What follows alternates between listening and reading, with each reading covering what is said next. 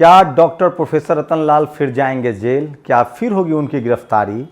आपको भरोसा नहीं होगा, लेकिन पूरी खबर जान लीजिए। जी हाँ, जिस तरह से इससे पहले उन पर दिल्ली में एक एफआईआर हुआ था, दिल्ली पुलिस ने उनको गिरफ्तार किया था, उसके बाद उनको जमानत मिल गई थी। इस बार यूपी पुलिस ने उनको नोटिस भेजा है, कानपुर से उनको नोटिस आया है, उन पर फिर से जांच के लिए बुलाया गया है, नोटिस का जवाब मांगा गया है। सोचिए, एक नुपुर शर्मा जिसके खिलाफ 57 देशों ने राजदूत को तलब कर लिया, भारत के पूरे दुनिया में भारत का सम्मान घटा, बीजेपी की एक प्रवक्ता की वजह से भारत की बदनामी हुई, भारत की संविधान को पर आंच आया, सेकुलरिज्म पर आंच आया, उस नुपुर शर्मा को बचाने में पूरा अमला जुटा हुआ है। वहीं दिल्ली के देश की राजधानी दिल्ली में तलवार बांटे गए नुपुर शर्मा की रक्षा के लिए, राजस्थान में रैलियां निकाली गई, यहाँ तक कि कांग्रेस के नेता भी नुपुर शर्मा के साथ खड़े हो गए। लेकिन प्रोफेसर रतन लाल को, चूंकि वो बहुजन समाज से आते हैं, हिंदू कॉलेज में प्रोफेसर हैं, क्या उनको परेशान किया जा रहा है?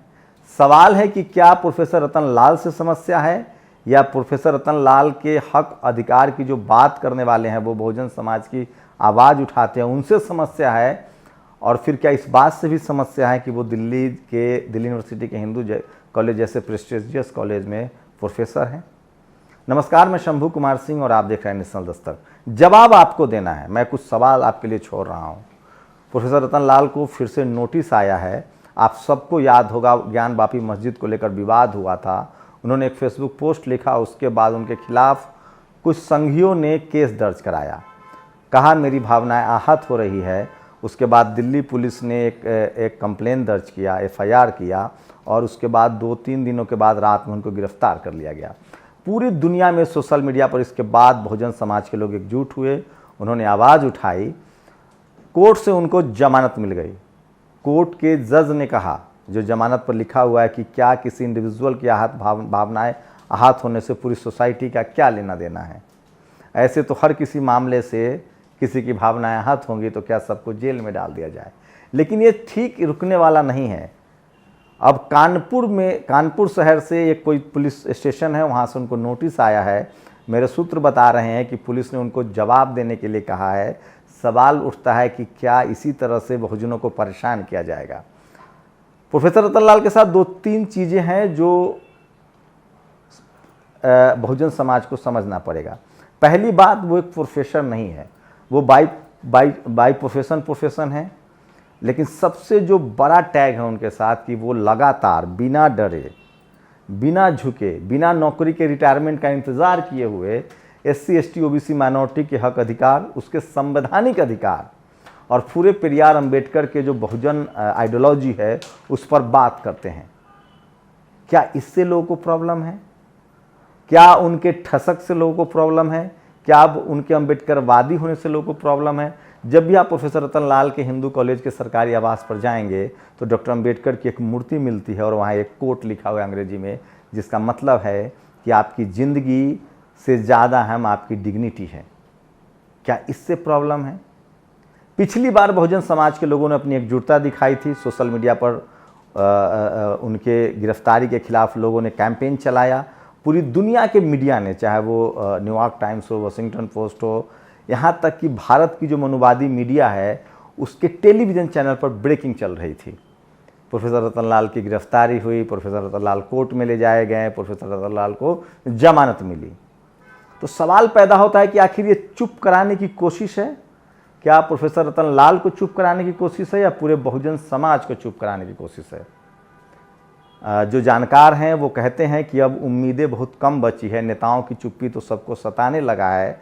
वो नेताओं को चुप कराने में तो सफल हो गए हैं, ब्यूरोक्रेट्स को वो डराकर चुप करा देते हैं। तो क्या ऐसे में जो हमारे सोशल एक्टिविस्ट हैं, चंद ऐसे लोग बचे हैं जो समाज की आवाज़ उठा रहे हैं, देश की संप्रभुता, देश के संविधान की रक्षा के लिए अपनी बात कह रहे हैं, जो चाहते हैं कि इस देश में संविधान बना रहे, इस देश की डेमोक्रेसी बनी रहे और इस देश में समानता, इक्वालिटी, फ्रेटर्निटी की जो बात है वो होती रहे। क्या ऐसे लोगों को चुप कराने की कोशिश है?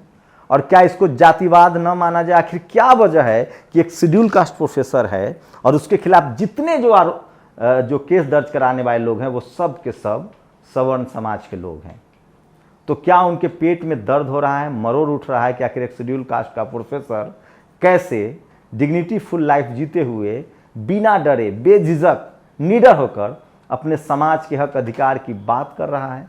वो अम्बेडकरनामा नाम से एक चैनल भी चलाते हैं जिस पर डॉक्टर अम्बेडकर, फूले, पेरियार, लोहिया, बीपी सिंह, जगदेव बाबू, रामस्वरूप वर्मा, पेरियार ललई सिंह यादव हो, करुणानिधि हो, स्टालिन हो, मायावती हो, अखिलेश यादव हो या लालू यादव हो, इन सब की सामाजिक और राजनीतिक जो चेतना है उसकी आवाज़ को, उस बातों को लोगों तक फैलाते हैं।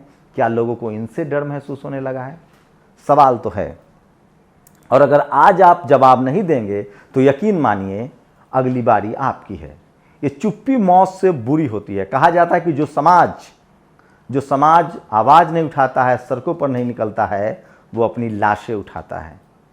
क्या बहुजन समाज उस हद तक पहुंच गया है कि उसके जो इंटेलेक्चुअल्स हैं, उसके जो समाज वैज्ञानिक हैं, उसके जो पॉलिटिकल एक्टिविस्ट हैं, उसके जो सोशल एक्टिविस्ट हैं, उनको चुप करा दिया जाएगा?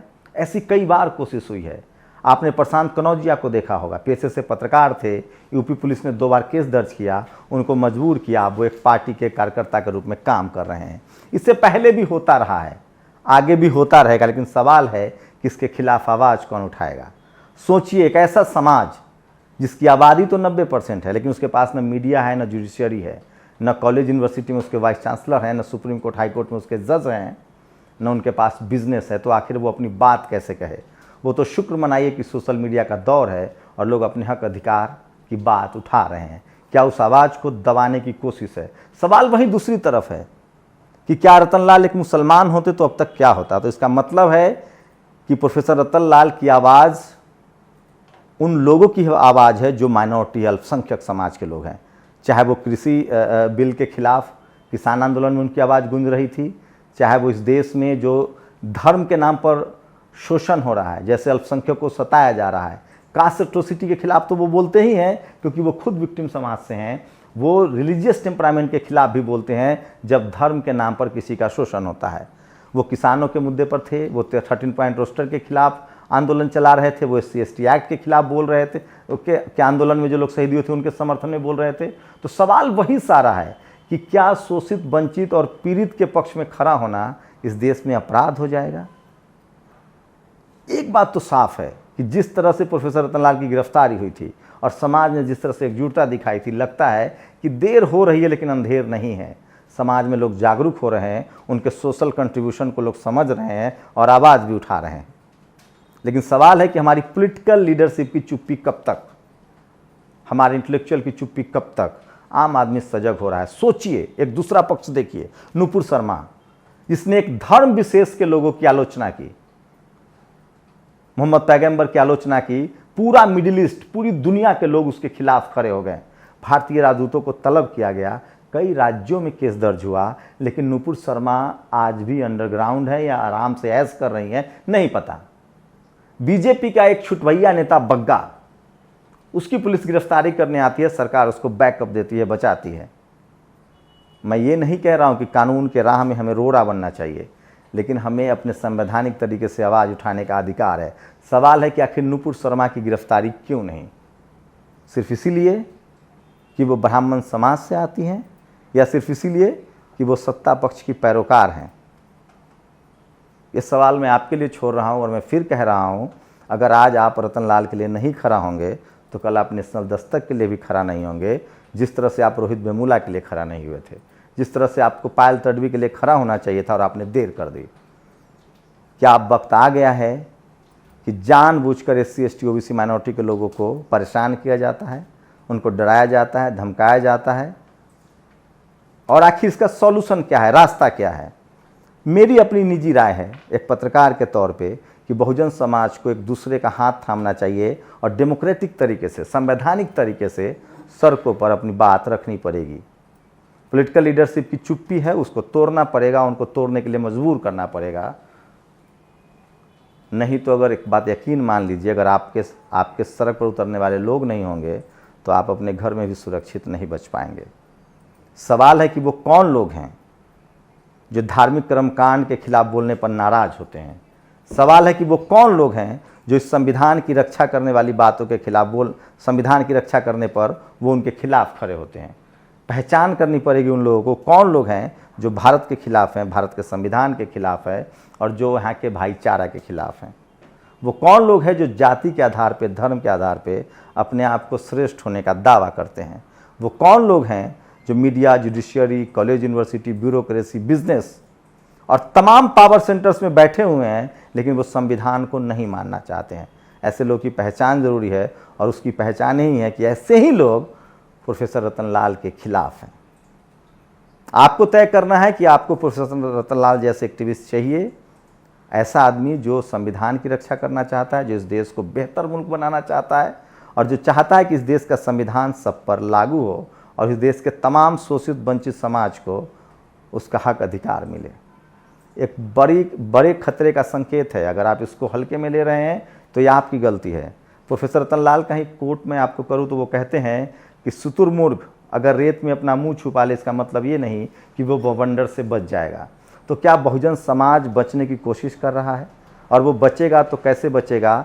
सवाल है कि आखिर कब तक कर्मकांड के खिलाफ, जातिवाद के खिलाफ, मनुवाद के खिलाफ, ब्राह्मणवाद के खिलाफ बात करने पर आपको डराया और धमकाया जाएगा और डर के आप घर में बैठ जाएंगे। आखिर किसी को तो बोलना ही पड़ेगा, बिल्ली के गले में घंटी बांधना तो पड़ेगा ही। और आखिर क्या आपको नहीं लगता कि प्रोफेसर रतनलाल वही काम कर रहे हैं? बिल्ली के गले में घंटी बांधने का रिस्क तो है, वो रिस्क उठा भी रहे हैं, लेकिन अगर आप सामाजिक एकजुटता दिखाएंगे, संवैधानिक तरीके से आप अपने हक अधिकार की आवाज़ उठाएंगे तो वो दिन दूर नहीं जब इस देश में संविधान का राज होगा। आप लोग बताइए, क्या प्रोफेसर रतनलाल को फिर से नोटिस देना क्या है? डराने की कोशिश है? और आखिर हर घर में एक रतनलाल जैसे लोग आ रहे हैं, सामाजिक चेतना से लैस हो रहे हैं, फुले पेरियार अम्बेडकर की विचारधारा को घर घर तक पहुंचा रहे हैं, क्या ये अपराध है? आपकी प्रतिक्रिया बहुत जरूरी है। शुक्रिया। नेशनल दस्तक की आपसे गुजारिश है कि अगर इसको बचाना चाहते हैं तो नेशनल दस्तक को सब्सक्राइब करने के लिए रेड कलर के सब्सक्राइब बटन को दबाएं, फिर बेल आइकन की घंटी दबाएं। नेशनल दस्तक को बचाने के लिए बहुत जरूरी है कि हर खबर को शेयर करें, लाइक करें, कमेंट जरूर करें।